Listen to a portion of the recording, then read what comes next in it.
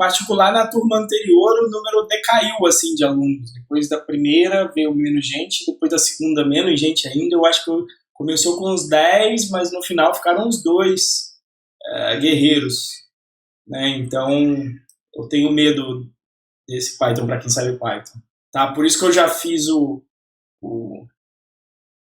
já dei o aviso, e aí de novo no início, não, fica tranquilo se você não entender, porque isso aqui demora, você vai, fica na tua mente, no subconsciente, isso, faz igual o Thiago, volta ano que vem, vê que o Alan tá aí de novo, não sei se é essa a razão, o Adnan não sei se chegou a ver esse curso também ano passado, mas enfim, beleza?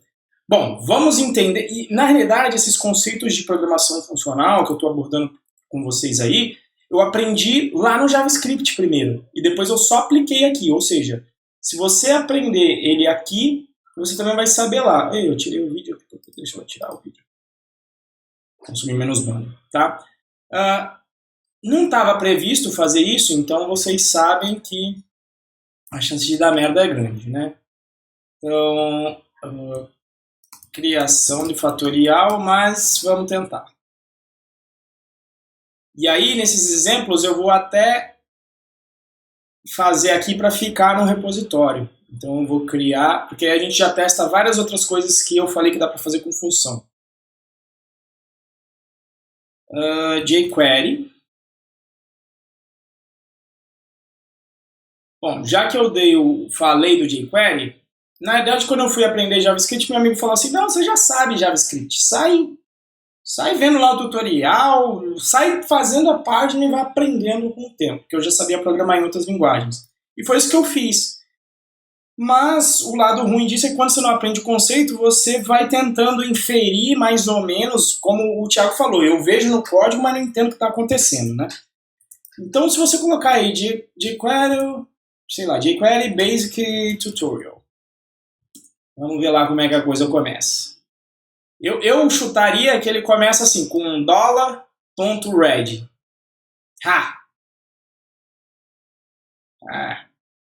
Né? Sempre começa assim um tutorial do jQuery, né? Até tá demais aqui, porque eu queria, na verdade, eu colocaria isso aqui só com hello. Tem um try yourself aqui, legal que tem um try yourself. Que aí a gente... ele coloca no clique, entendi, ele colocou no clique porque ele tem que clicar aqui para funcionar. Clique me, quem é que ele colocou? Clique no P. Você clica no P. I will disappear. Já desapareceu? Não, tem que ser aqui. Clique me too. Aí ele sai desaparecendo, né? Então, pode ser o alert. O problema é que como ele já deu red, ele não vai, eu acho que ele não pega o alert, quer ver? Deixa eu ver se rola um run.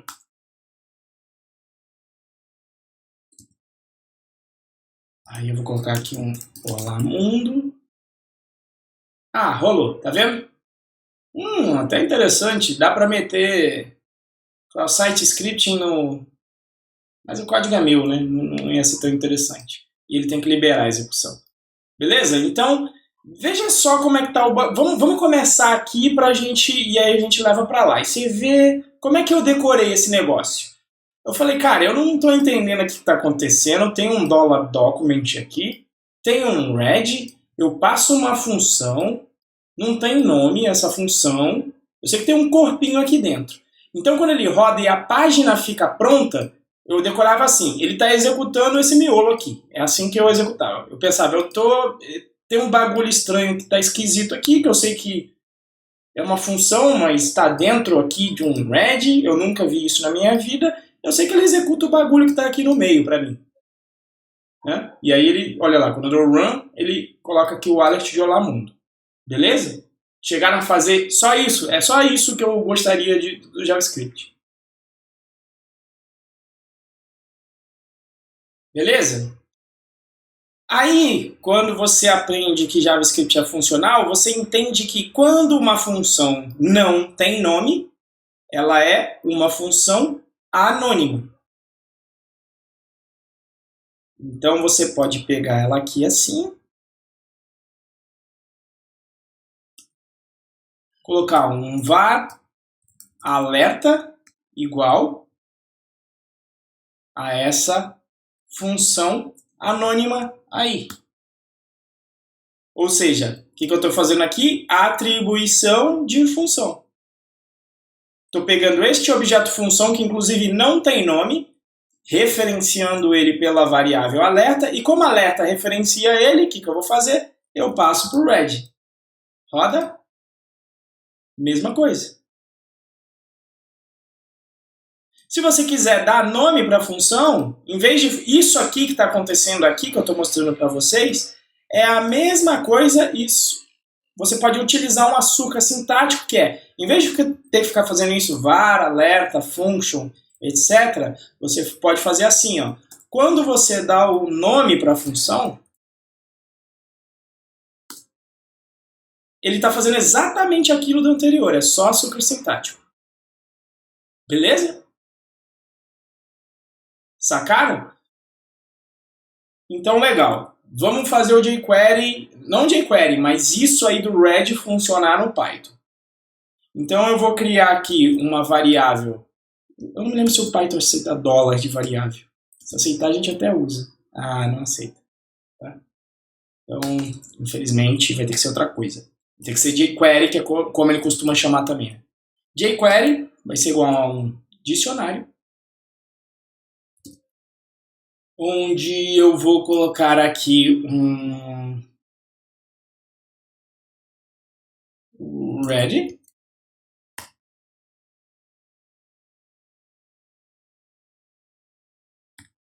Deixa eu ver aqui como é que eu vou fazer isso. Red, eu vou ter que pegar o cara da... Não, aí não vai ficar legal.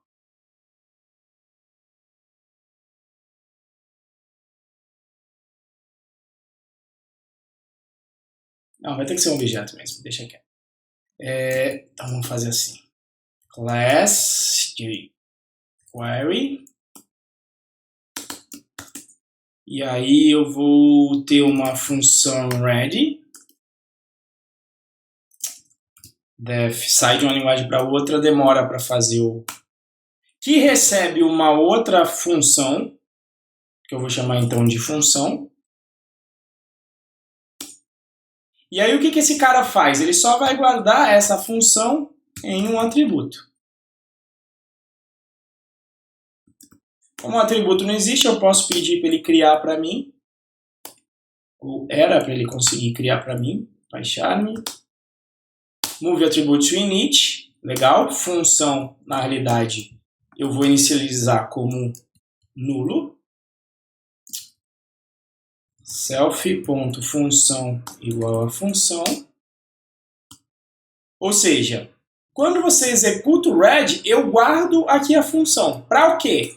Para no momento em que a página ficar pronta, eu investigo se a função não é nula, porque pode ser que aconteça, você não passa nada para o red no jQuery. Not functional. Is not known. Se não for nulo, eu vou lá e executo essa função e eu vou assumir que é uma função que não recebe nenhum argumento, como foi o alerta lá. Beleza? Então, para testar, a página ficar pronta, vamos criar aqui o objeto jQuery global. Igual teria na página, que ele criaria para mim. E aí a página fica pronta aqui dentro do main. jQuery, ponto, página pronta. Vou até fazer assim, ó. Print main. Print página pronta. Na verdade, fora do if. Ctrl Shift R, executou, beleza? Olha, o jQuery foi definido como uma variável global. A página ficou pronta aqui, é como se tivesse carregado e renderizado tudo. Quando eu termino de imprimir a main, que é isso aqui. Beleza, ele vai lá e executa página pronta para executar a possível função que alguém tenha me passado no Ready. Beleza? Bom, o que tinha lá?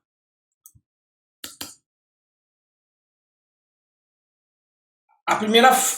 E aí, eu vou adiantar aqui só um slide, porque é importante, né? A primeira coisa é como é que eu crio funções... Deixa eu até sair aqui e ir lá para baixo. Como é que eu crio funções anônimas? Cadê? Funções anônimas. Então, só para a gente fazer igual ao jQuery, né? Funções anônimas. Açúcar sintático para definir funções dentro de expressões, para você não ter que ter todo o trabalho de criar. Normalmente, era para ele vir devagar isso aqui. Normalmente, ele é feito em chamada de funções, de outras funções de alta ordem, como por exemplo no sort a gente usa. O único problema é que a função anônima ela é limitada, ela não pode ter nenhuma estrutura de controle, significa que não pode ter if, else, for dentro dela, e não pode ter nenhuma atribuição, ou seja, você não pode criar variáveis locais. Então as funções anônimas no Python elas realmente têm que ser curtinhas e simples. Tá? E aqui tem o investigar o name da função anônima. Então como é que se cria uma função anônima no Python? Não é igual o JavaScript. Tá? Então você não simplesmente vai fazer igual no JavaScript, fazer assim. Não vai rolar que vai dar um erro. Tá? Não vai rolar assim. Como é que você cria uma função anônima? Você usa a expressão lambda, vocês já devem ter visto muito por aí também. Por exemplo, a função dobro. Você vai receber um número n, e aí aqui você não precisa colocar return, porque o lambda tem que ser uma linha só. Então você já vai colocar aqui qual é a expressão de retorno. Por exemplo, dobro n vezes 2. Então veja lá, qual que é o tipo desse cara? Função. Então lambda é uma função normal como outra qualquer. Qual que é a característica? Lembrando que eu consigo pegar o lambda, o último elemento que você criou, com o underscore, eu vou colocar assim, ó, f igual àquela função lambda. Então veja que o lambda nada mais é que uma função. E se você investigar o name dela, né, faz sentido. Perguntar o name de uma função anônima, ela sempre vai ter o nome lambda. Por quê? Porque é uma função anônima, então o pessoal arbitrou que o nome dela vai ser lambda. Sacaram como é que cria? E sempre tem que ser em uma linha só. Não pode ter atribuição, não pode ter for aqui. Você coloca quantos argumentos você quiser aqui, poderia ser mais argumentos. N, x, se fosse lá o divisão. E aqui você só coloca a expressão que você vai retornar potencialmente utilizando os parâmetros. Tranquilo, função lambda? No Python?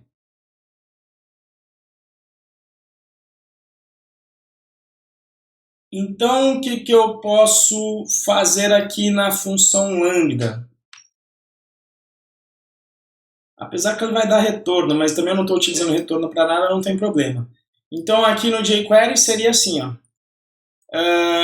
jQuery, a página carregou, já enfiou o jQuery como uma variável global para mim, que seria o que tinha acontecido lá. jQuery, ready, lambda, é uma função que não leva nenhum parâmetro, então eu não vou colocar nenhum, 2 pontos, print,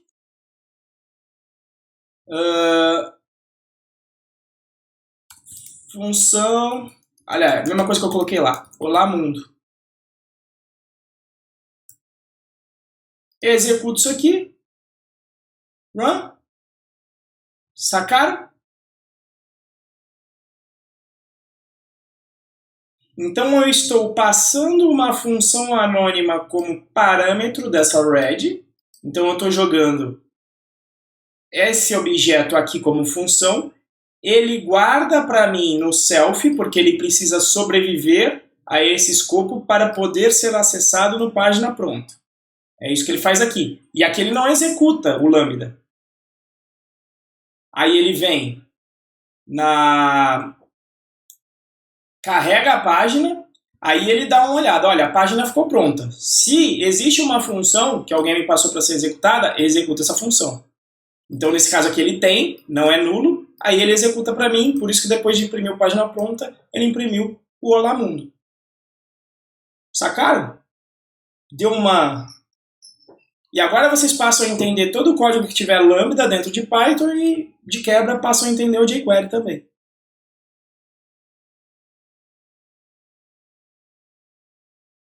Ctrl K.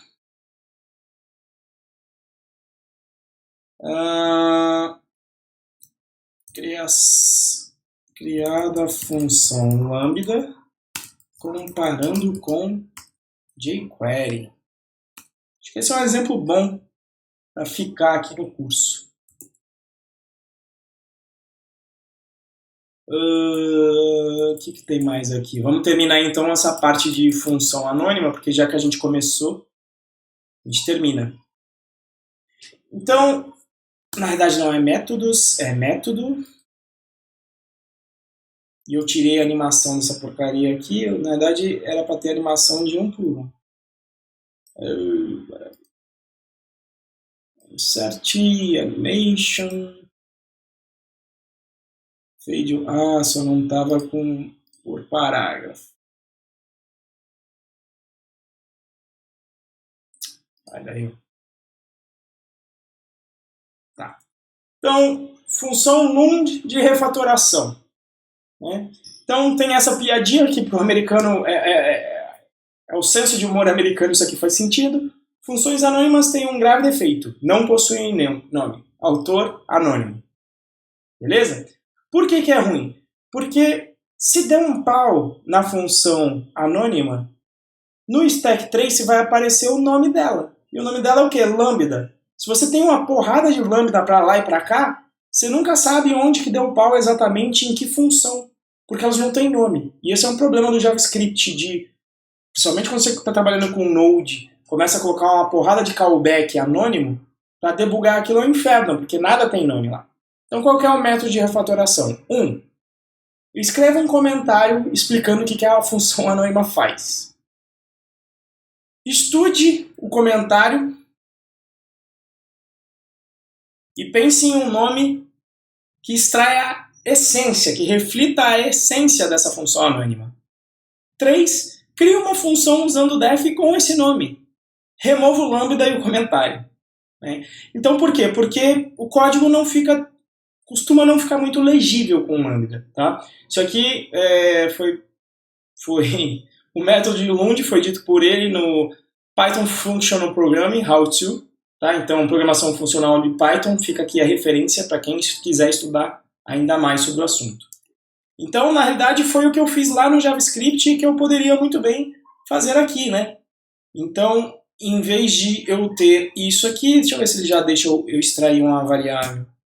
Olha lá. Olá, mundo. Veja que eu poderia ficar assim, mas não é pythônico. Né? Ele está recebendo a função como parâmetro. Microfonezinho. Vai e volta aqui. Melhorou? 1, 2, 3. Alô? Melhorou? Acho que é toda vez que eu executo o código aqui, talvez.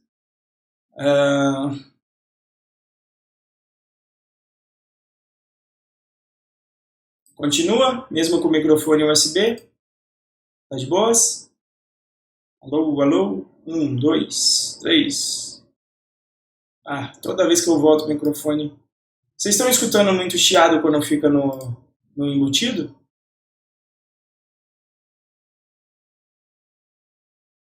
Melhorou no embutido? Tá normal aí?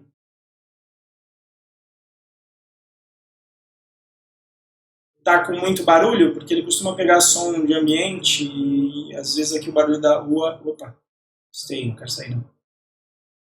Então beleza, então vamos continuar com esse microfone aqui mesmo. E aí, ó, já refatorei assim, mas na realidade fazer olá mundo igual a lambda não é muito pythônico. Pythônico é você fazer o quê? Def olá mundo, não recebo nenhum parâmetro, print olá mundo para ficar bonitinho e executando do mesmo jeito. Então, refatorado jQuery com método só esqueço o nome aqui que tem um H em algum lugar, Lund.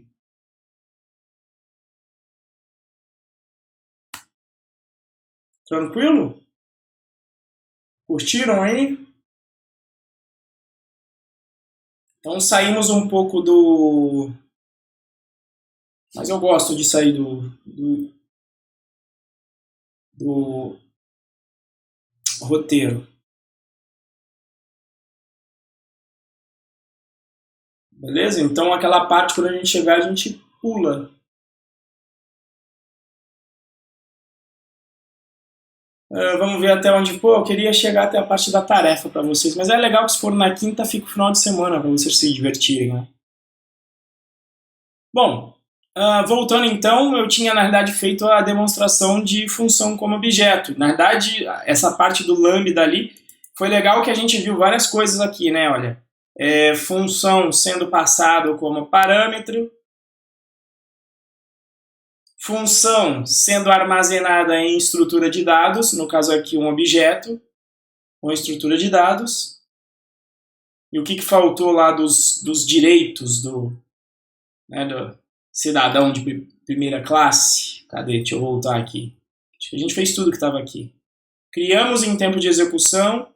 Quando eu criei lá o divisão por 2, fizemos a atribuição, passamos como argumento, armazenamos em estrutura de dados e retornamos como resultado de função também no caso de divisão por 2. Ou seja, já mostrei tudo que tinha aqui para demonstrar que é uma função de primeira classe. Então, de certa forma, está de acordo a isso, invertemos um pouco, mas está de acordo com ali os direitos do cidadão de primeira classe. Beleza? Implicações disso. Abertura de novas possibilidades. Porque você tem um paradigma funcional, que é um paradigma que tem mais de 50 anos de história. Eu não sei, aquele livro que eu passei do SICP, Structured Interpretation of Computer Problems, é um livro de Lisp, que eu acho que ensinavam aquilo no MIT, sei lá, na década de 60 ou 70. Mas o paradigma tem 50 anos de história. Baseado em fundamentos matemáticos do cálculo lambda. Tá? E aí você tem que repensar os padrões de projeto, porque lá no livro do Design Patterns, tá? Da Gang of Four, que é a literatura referência para Design Patterns, os próprios autores falam, olha, o livro foi feito com base em C++. Se você for para outras linguagens com outras características, cabe a você revisitar, porque alguns dos padrões de projetos serão mudados. Tá? Inclusive o Peter Norvig, um cara que trabalha na Google, um cara bastante conhecido, se eu não me engano, quem fez ciência da computação teve alguma cadeira de inteligência artificial? Se alguém teve, Artificial Intelligence, né? Se alguém teve, em geral é utilizado um livro. Quase sempre é o mesmo. Cadê? Não era? Qual que era o nome do livro? Artificial... deixa eu colocar book aqui porque ajuda, né? Cadê ele? É esse aqui, ó. Quase sempre é esse livro que utilizam. E é o autor aqui, o Peter Norvig, tá? Inclusive, cabe relembrar que no livro aqui do Artificial Intelligence, ele diz que ele só vai colocar pseudocódigo no livro. Mas se você executar, é código Python válido, tá? Pequeno, grande detalhe. Mas então, esse cara... Eu não sei se esse sim do Miguel foi a resposta para estudou a inteligência artificial ou se foi a resposta de antes ali, acho que já tinha voltado. Sim, acho que era para o som, né? Mas enfim. Então esse cara falou, olha, em linguagens dinâmicas existem 24 padrões de projetos. Esse aí é o referência para inteligência artificial. Mas ele falou assim, ó, em linguagens dinâmicas, os design patterns, 24 deles, e eles estão aqui, olha lá, 16 dos 23, ou eles são invisíveis, ou eles ficam muito mais simples de implementar. Então, por exemplo, isso que eu fiz ali no jQuery agora, foi o padrão de projeto First Class Types, First Class Functions. Ele não incluiu aqui ele poderia colocar outro aqui. Aquele padrão de projeto ali é o Observer, ou Listener. Ou seja, ele só alteraria aqui porque se eu não quisesse receber só uma função, mas várias funções, eu poderia transformar isso aqui numa lista, e aqui, em vez de setar, eu faria um append. E aqui eu teria que fazer um for nessa lista de funções, executando uma por uma, para ser o observer. Como é que funciona o observer? Toda vez que uma coisa acontece, e assim é implementado o jQuery, inclusive, você pode chamar read com várias funções. Ele vai guardar todas na memória, e assim que a página ficar pronta, ele avisa cada uma das funções. Por isso que é o observador, porque em geral ele observa alguma ação. E o jQuery é todo baseado no observer. Então, aqui eu estou ouvindo a página ficar pronta. Se você pegar o código, inclusive aquele código do jQuery que a gente bateu lá no W3 Schools, olha lá, é o padrão listener total. Aqui ele está ouvindo cliques de botão. Então você passa a função como parâmetro, você pode passar várias, e assim quando você clica nesse cara, ele executa essa função. Se vocês verem o padrão de projeto listener na orientação a objetos, ele vai precisar que você tenha, por exemplo, em Java, uma interface e duas classes para implementar. Aqui, simplesmente a gente passou a função como parâmetro, ficou bem simples, muito mais simples. E a gente eu acho que a gente vê esse padrão de projeto lá no último curso que vai ser o Design Patterns em Python. Com mais detalhes. Beleza? O Norvig ele fez esse Python Lisp, ele fez o interpretador Lisp em Python para mostrar como não ficava difícil, né? Miguel, obrigado aí deixa eu colocar aqui no vídeo só para o pessoal ver o que você está falando e os links, tá? Então, se eu não me engano, ele implementou um interpretador Lisp em Python, sem tail recursion, acho que no início. Beleza? Bom, vamos ver aqui o que tem mais. Funções de ordem superior, na realidade, nós já vimos, tá? É uma que aceita funções como parâmetro e possivelmente retornam outras funções como parâmetro. Mas vamos colocar aqui esse exemplo de frutas, para a gente ter uma ideia. E agora a gente sabe como as coisas funcionam por trás dos panos, né? Então eu vou criar aqui um exemplo chamado rima. E aqui eu vou criar uma variável chamada frutas, onde eu vou ter banana, melhor, tem que ser preguiçoso, né? Banana, castanha, caju, umbu. Deixa eu colocar elas em ordem aqui diferente, né? Pequi, caqui e amora. Beleza? Bom, vocês já sabem que para ordenar essa lista, eu posso, se eu quiser ordenar a própria... tem que dar um split antes. Não, criando a lista. Eu tenho duas maneiras de ordenar. Eu posso, se eu quiser criar uma lista nova com aquela ordenação, basta eu passar o frutas para o sorted. E aí eu tenho as frutas ordenadas aqui dessa forma. Que se eu imprimir, ele me gera então uma lista nova, ele não mexe na lista anterior. Então, só para ficar claro, não mexe na lista anterior. E aí ele me ordena baseado na codificação do Unicode. Que, se está todo mundo com minúsculo, como é esse caso aqui, e não tem caractere especial, coincide com a ordem alfabética. Tranquilo isso aqui? Bom, mas o sorted ele é uma função de alta ordem. Por quê? Porque ele possui um parâmetro key, onde você pode definir a forma com a qual você quer ordenar essa lista aqui.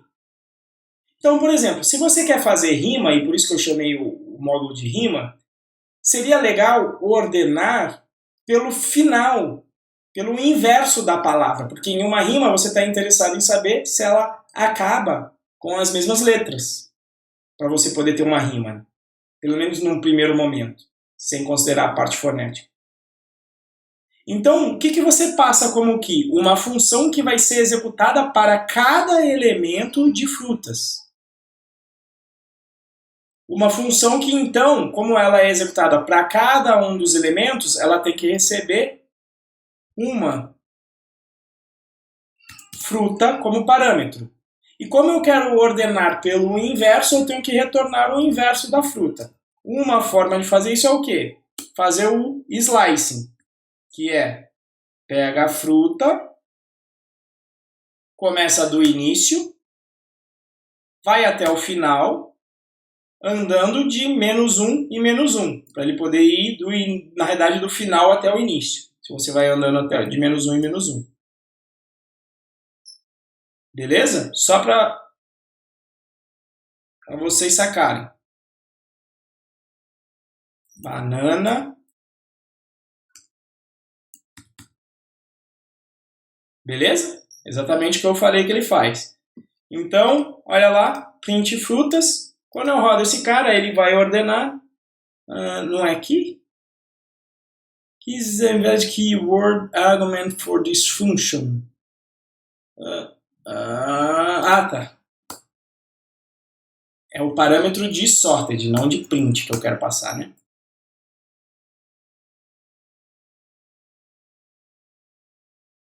Isso, valeu, Adnan. Então, olha lá, quando eu ordeno dessa maneira, aí veja que ele junta as palavras que terminam com as mesmas letras. Ele ordenou pelo final, né? Termina com A, todas terminam com A, só que aqui é H, que vem antes de N, e vem antes de R. Colocou o K aqui e o P aqui junto. Todas terminam com Q ou I. Só que como esse com A, vem primeiro. Umbu, caju, mesma coisa. São as do final, porque o U vem depois daquelas primeiras letras de lá. Então, sacaram como internamente ele faz lá? Na hora dele fazer as comparações no algoritmo de ordenação, em vez de comparar o próprio valor, ele gera os valores para comparação utilizando a função que foi passada como key. Utilizando o método Lund de refatoração, Ctrl N,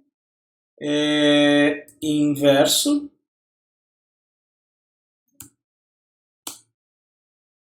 né? Poderia colocar aqui para ficar mais legível, def inverso, não preciso mais do lambda, recebe um parâmetro,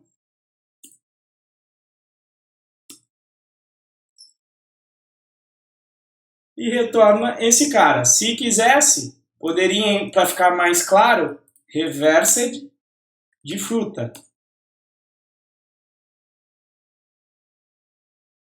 Só que o reversed ele retorna um iterável.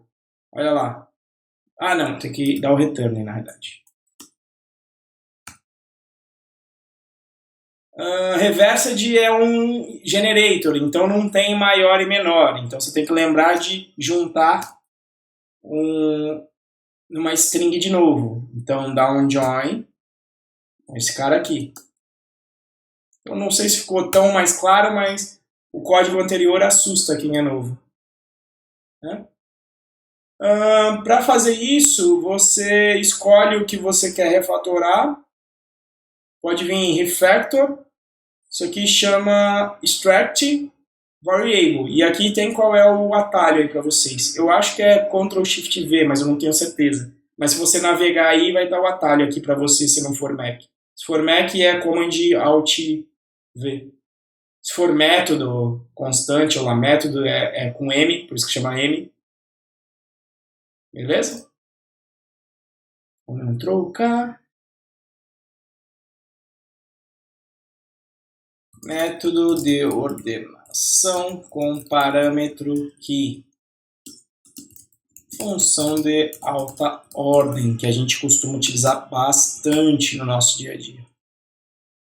Mas agora a gente tem uma ideia de como ela funciona por dentro. Possivelmente devolve funções como resultado. Vocês se lembram? Acho que é por isso que o divisão por 2... Bom ficou aí no curso, né? Deixa eu colocar aqui, vou chamar isso aqui de divisão por 2. Vocês se lembram como a gente resolveu, né? É uma função de alta ordem que ficou lá no console. Deixa eu ver se eu consigo, se até ficou na seção. Divisão por 2. Pá.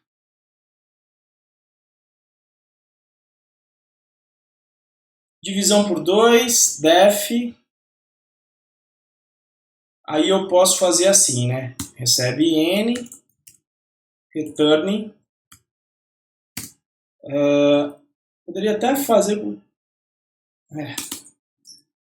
def teste divisão, só para poder rodar ele já me colocar vermelho se tiver qualquer problema, né?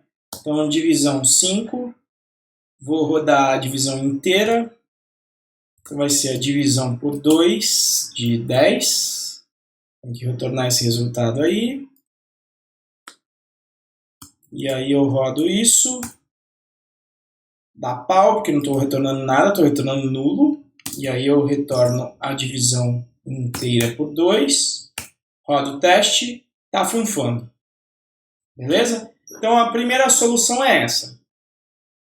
A segunda é o seguinte, às vezes você quer...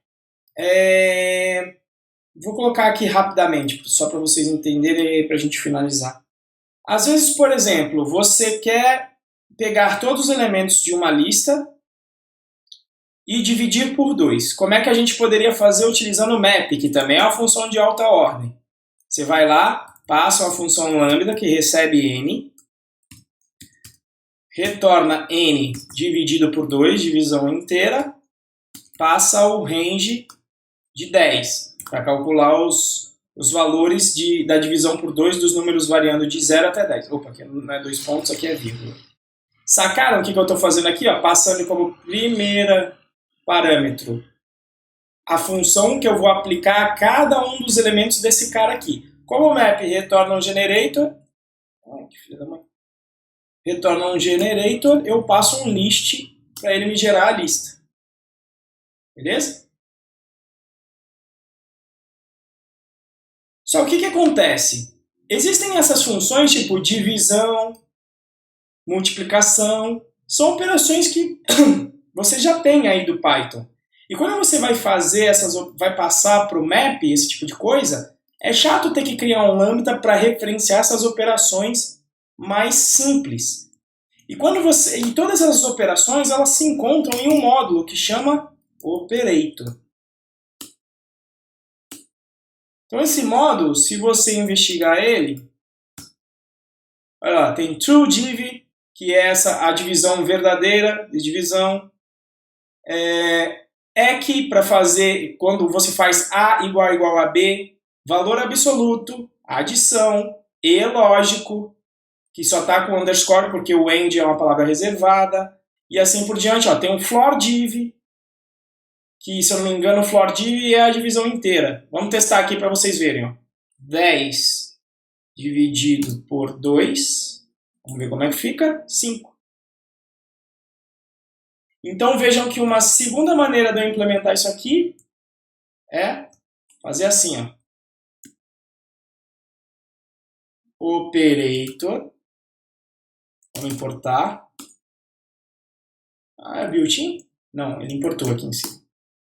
Operator, ponto, floor div de n por 2. Beleza? Tranquilo? Agora, a gente viu que se a gente quer colocar um parâmetro constante, a gente podia... aquela hora eu fiz um criador de função, né? Que era assim, ó. Vamos colocar a terceira versão, que é com o def criador de divisão. Putz, era bom até leva uma função como parâmetro, pergunta quem é o quociente, retorna, e eu posso colocar aqui o operator. Na verdade aqui eu tinha que fazer um def f que recebe um n, e aí esse cara, na verdade, ele vai executar a função passando o quociente. Igual o código que eu fiz anteriormente, é bom que fique registrado aqui também no controlador de versão. Tá? Aí o que eu posso fazer? Para gerar o divisão por 2, eu posso só utilizar o criador de divisão, passando quem é a função, no caso aqui é o operador, ponto, floor div, ó, como aí ele já me ajuda a criar as coisas. Não estou fazendo referência a uma função que eu criei, mas aqui já está lá que é o floor div. Passa quem como quociente? 2. Roda o teste. Opa! O que deu ruim aqui? Opa, faltou só os 2 pontos aqui. Roda o teste. Funcionou. Sacaram? Agora vejam. Essa criador de divisão, ela aqui ela só está servindo porque na função operador floor div, eu quero pegar o parâmetro, se eu não me engano é parâmetro AB, eu acho que eu tinha, dá para dar um help no operator floor div. Olha lá, ela só serve para pegar o segundo parâmetro, apesar que ela serve, floor div AB. Tranquilo. Beleza, falou, Adnan. Deixa eu testar aqui só um negócio. Operator, pronto, floor div. B igual a 10. A igual a 2. Deixa eu ver se ela aceita esse tipo de coisa. Ah, ela não tem keyword arguments. Aí pra mim vai ser um problema. Não vou conseguir mostrar um outro negócio. Bom, por enquanto fica só essa parte aqui. Depois eu mostro pra vocês o... Deixa eu ver se eu coloquei o partial aqui. Não vai dar para utilizar o partial, infelizmente.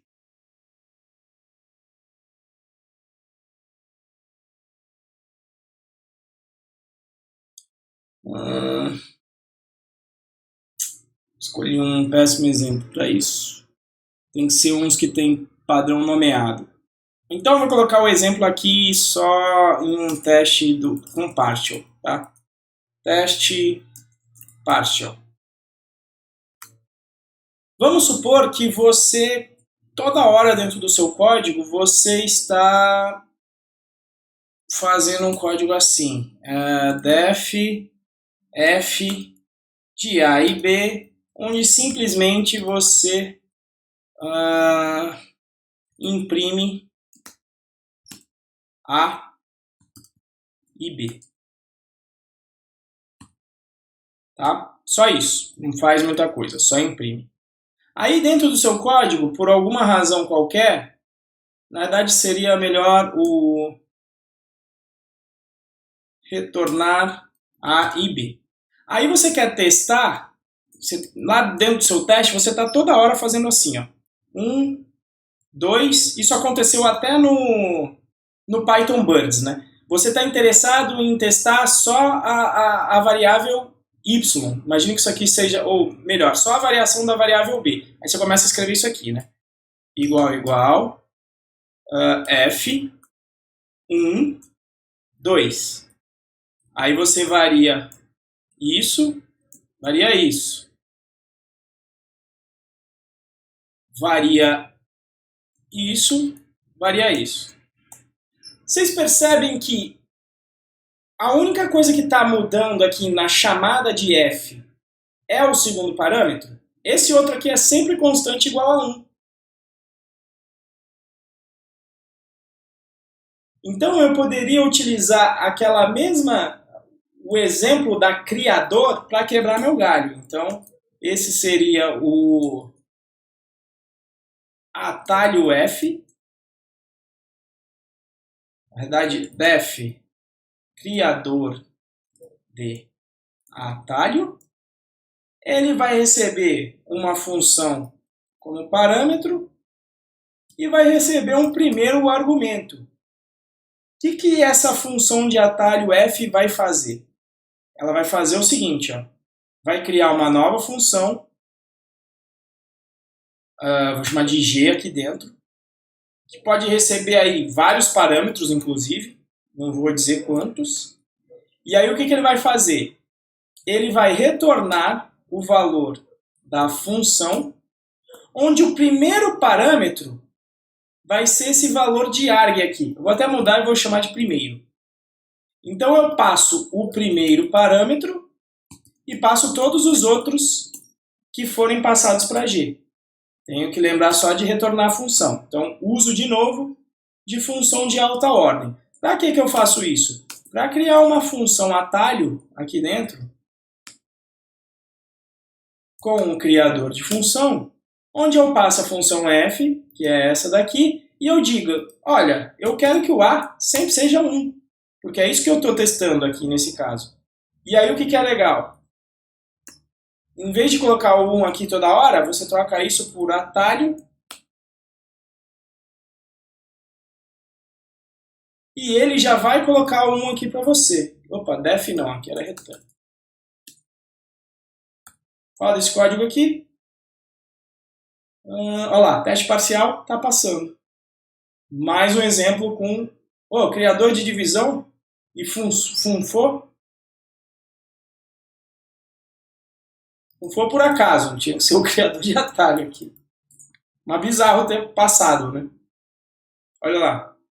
Passou. Depois tinha que descobrir até porque que ele passou. Eu nem imaginava que fosse funcionar, né? Ah, tá certo, porque olha, ele define o primeiro e aplica no segundo. Então eu podia ter criado. Vejam que, sem querer, o criador de divisão serviria para eu criar essa mesma função aqui. Certo? Não foi premeditado.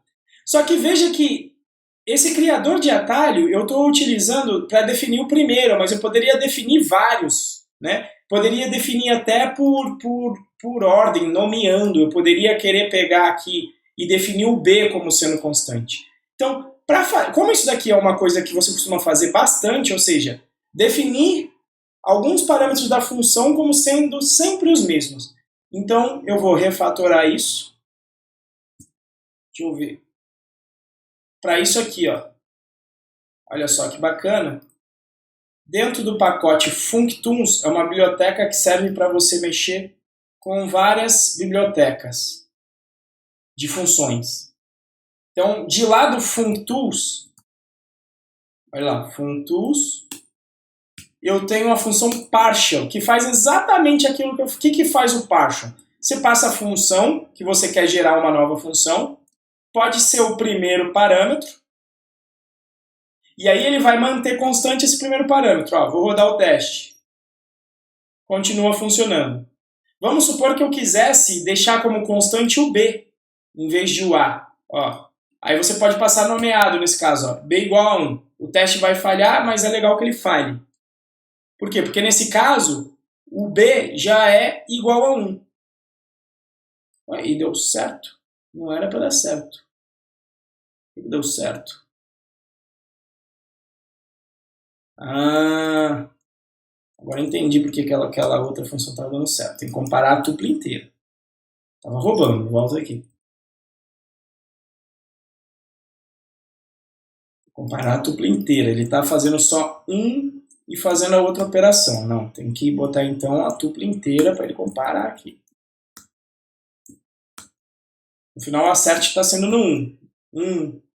Por isso que funcionou tudo, né? Aí, velho. Então, agora sim, vamos lá. Ó, funcionou. Inclusive, se eu tivesse agora utilizado aqui o divisão, eu acho que ele vai dar pau. Ah, então aí tem que dar pau mesmo. Agora está mais com o que eu esperava.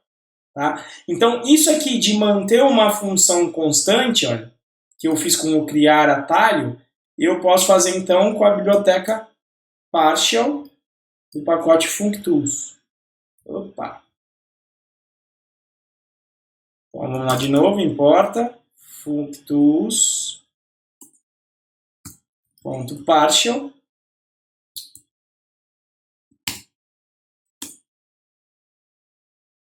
Executo o método e olha lá, funcionando.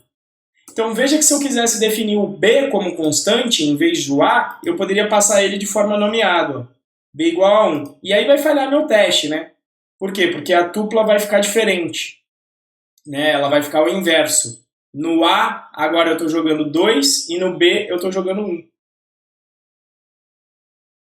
Então, se você fala, eu quero definir 3 parâmetros como fixos, por exemplo, eu quero que o A seja sempre 1 e o B seja sempre 2. O 1 foi por justa posição e esse aqui foi nomeado. Nesse caso, o atalho não recebe nenhum parâmetro, porque eu já defini no partial quais são os dois. E sempre vai ser igual a 1, 2. Aí beleza, porque ele vai passar no primeiro acerte, mas ele não vai passar do segundo, porque ele vai retornar 1, 2 sempre. Sacaram, então, para que serve o partial? Depois a gente começa a utilizar o partial no dia a dia. Pessoal, alguma dúvida sobre o que ficou até aqui? Então assim a gente termina essa primeira fase. Na próxima aula, na quinta-feira, a gente começa nos objetos invocáveis. Sim, vocês me responderam sobre alguma dúvida?